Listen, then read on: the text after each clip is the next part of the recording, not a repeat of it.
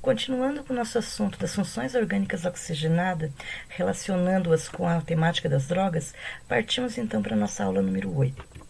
Iniciamos com aldeídos. O que caracteriza uma função aldeído? Seria a presença da carbonila, ou seja, a C-O, carbono, ligação dupla com oxigênio, na extremidade da cadeia, ou seja, ela vai estar ligado ao carbono primário. De acordo com a nomenclatura da IUPAC, a gente pode nomear um aldeído pelo prefixo, infixo e o sufixo, igual como a gente já viu nas funções anteriores. O prefixo é a quantidade de carbonos. Vamos usar esse exemplo que está aqui na tela. Nós temos 2 carbonos, MET, ET, como já vimos nas outras funções. O infixo, o tipo de ligação, né? A ligação simples. Tá? Não estamos considerando a carbonila, tá? Não faça confusão com a ligação dupla da carbonila e a ligação da cadeia, tá? Essa ligação dupla aqui é a que caracteriza a função aldeído, C-O, mas na cadeia ela é formada de ligações simples, então o infixo é an e o sufixo é al. Então, o que a gente tem? 2 carbonos, ligação simples, al, et, an, al, etanal. Temos também a nomenclatura usual.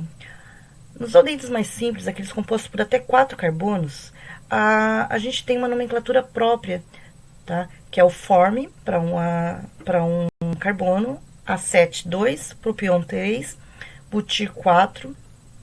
E nesse caso a gente tem 2, né?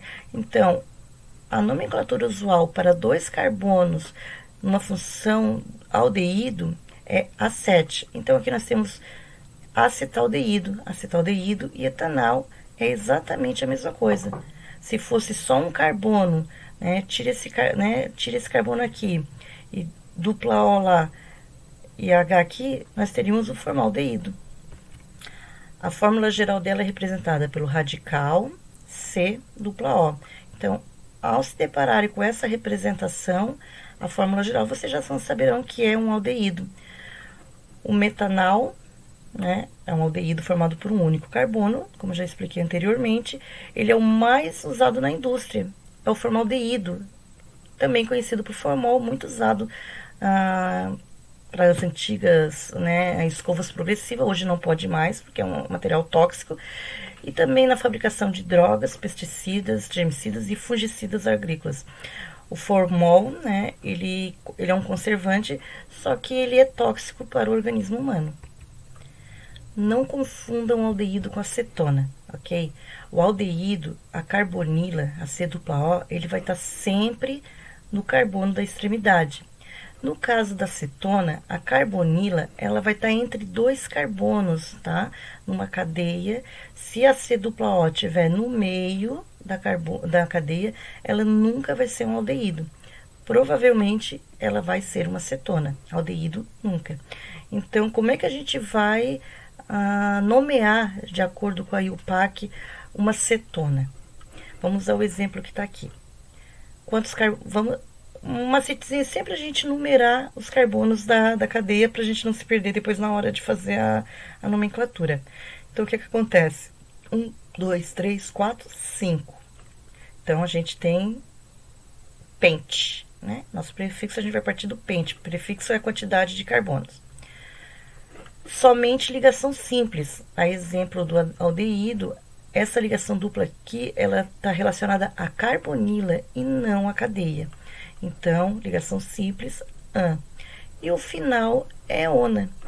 Só que a gente precisa, tá, indicar a localização do grupo carbonila, porque ele vai estar sempre, a carbonila, no meio de 2 carbonos. E aqui nós temos 5 carbonos.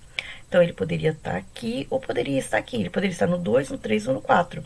Nunca no 1 ou no 5, né? Volto a repetir, porque se fosse no 1 ou no 5 seria um aldeído. Então, eu tenho que indicar aonde está a carbonila. Então, nós vamos ter pente, an, 2, ona, tá? Prefixo, infixo, localização do carbono e o sufixo ona. A cetona não precisa ser necessariamente uma cadeia aberta, ela pode também ser uma cadeia fechada. E aqui eu vou usar o exemplo da cetamina, que é uma alucinógena que atua como depressora no sistema nervoso central. Então, nós temos aqui a função cetona, tá? Dentro de uma droga alucinógena usada aí, né? Uma droga ilícita, tá? Bastante usada no, né, pelo tráfico na composição de drogas sintéticas também. Uma outra função bastante comum no nosso dia a dia são os ácidos carboxílicos. O que caracteriza um ácido carboxílico? A presença do grupo funcional carboxila, ou seja, quando a carbonila está ligada a um grupo carboxila. Então, a carbonila, a gente tem a C-O, né? Para ser um ácido carboxílico, além da carbonila ligada no mesmo carbono, nós temos que ter uma hidroxila. Então, nós temos a COOH, né? Caracteriza um ácido carboxílico. Então, como é que a gente vai nomear um ácido carboxílico? Começa com, né, antes do prefixo, mesmo, com a palavra ácido, como prefixo a quantidade de carbonos, met, et. Tipo da ligação, novamente, ó, ligação simples, ligação dupla está na carbonila. E o grupo funcional óico. O grupo funcional óico, quando vocês se depararem com um ácido com final óico, via de regra, a gente está falando de um ácido carboxílico. Tá? Então, ácido óico, ácido etanóico. Os ácidos carboxílicos, eles também estão presentes assim nas frutas. As frutas cítricas, o principal componente dela é o ácido cítrico, que é um ácido carboxílico. Aí ele usa uma nomenclatura usual. Só que, é muito comum no ácido carboxílico, ele ter mais de um grupo carboxílica. Então, ele deve ter um prefixo antes do sufixo óico, determinando se é di, tri, tetra, dependendo da quantidade do grupo de carboxila. E se ele for ramificado ou tiver insaturação, alguma ligação dupla no meio da cadeia, também precisa ser nomeado. Aqui eu trouxe 2 exemplos, tá?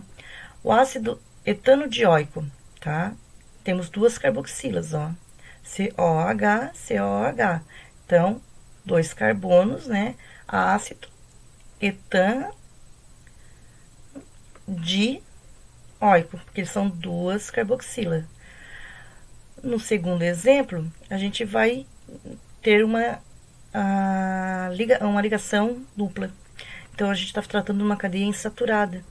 Vamos ter que indicar aonde está a insaturação da cadeia. Novamente, ácido, quantos carbonos? Vamos lá, né? Contamos. 1, 2, 3, 4, 5. Pente. Onde é que está a insaturação? 3. Aí, aqui, nós temos uma ligação dupla. Já não é mais o an. Passa a ser em. E o final óico. Então, ácido, pente, 3, em, óico. Ácido, pente, 3, enóico. Como eu já apontei anteriormente, a fórmula geral do ácido carboxílico é o RCOH. Então, não tem erro, tá? Em classificar um ácido carboxílico. Pela fórmula geral, a gente tem um indicativo, assim, bem claro que a gente está falando do ácido carboxílico. Uma droga lícita bastante usada, que tem na sua estrutura o ácido carboxílico, é o ácido acetilsalicílico, o famoso AS, a aspirina, né? Quando criança, quem nunca gostou de comer uma balinha, né? Aqueles comprimidos como se fosse bala, o AS, comprimido rosinha, docinho, ácido carboxílico. Não é só ácido carboxílico, claro, mas ele tem o ácido carboxílico presente na sua composição. Falando em drogas ilícitas, a gente tem o GHB, que originalmente ela também era usada para fins medicinais, só que foi suspenso o seu uso por caracterizar uma série de efeitos colaterais como depressor do sistema nervoso central. Então, acaba se tornando uma droga alucinógena também, passando de ser lícita para uma droga ilícita. E aqui a gente tem, né, o COOH. Então, é um ácido carboxílico também. Nossa próxima função são os ésteres, tá? O ésteres também ele dá aquele aroma adocicado nas balas, tá? Que as pessoas tentam fugir do bafômetro chupando uma balinha, não resolve, tá? Mas é a função ésteres que confere essa característica dessas substâncias. Ele é formado pela substituição da hidroxila do ácido orgânico por um grupo alcoóxico proveniente de um álcool via de regra. Então, como é que a gente vai nomear um éster? Novamente, quantidade de carbonos, tipo de ligação. Neste caso, tá?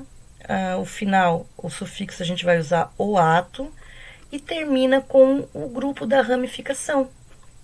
Aqui ele teve uma substituição, né, do grupo alcoóxico. Aqui é um metil. Então, a gente vai chamar de metila, metil-ila. Quantos carbonos tem nessa fórmula aqui? Um carbono, met, ligação simples, o ato, uma ramificação com um único carbono, metil, final ila, metanoato de metila. Então, essa é a nomenclatura de acordo com a IUPAC de um éster. Associando o éster às drogas, que é um dos objetivos do nosso trabalho, é relacionar as drogas com as funções químicas, com as funções oxigenadas e depois mais pra frente as nitrogenadas também, a gente vai conseguir encontrar um grupo éster na cocaína. E a cocaína, ela é encontrada nas folhas de coca. Pelo tratamento químico, a gente consegue extrair um sal, o cloridato da cocaína, que é o que é usado pelos dependentes químicos.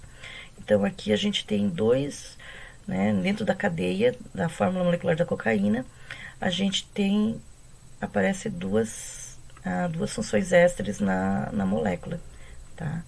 Então, aqui, né, a carbonila, o oxigênio e a substituição do radical pelo metila. Nossa última função orgânica oxigenada são os sais, que ele é obtido pela reação entre um ácido carboxílico e uma base inorgânica. Então, a partir da reação desse ácido com a base, como toda reação de neutralização ela forma sal e água, com os sais orgânicos não seria diferente. Então, ele vai formar um sal orgânico, que como nós vamos nomeá-lo? Pela quantidade de carbono, tipo de ligação, o grupo funcional é o ato, só que o cátion do sal formado. Então, vamos para o nosso exemplo. 2 carbonos, et, ligação simples. Mais uma vez, não confunda a ligação dupla da carbonila com a ligação da cadeia. Nossa cadeia, ligação simples. O grupo funcional, né, a gente sabe que é um sal, né, ele veio de um ácido carboxílico, então é o ato. E pela reação, né, da base, vamos supor que aquela reagiu com o hidróxido de sódio, ele vai formar um sal de sódio. Então, nós vamos ter o et, o ato, sal de sódio, etanoato de sódio. E com sais orgânicos, a gente finaliza essa primeira parte das funções orgânicas associadas à temática das drogas.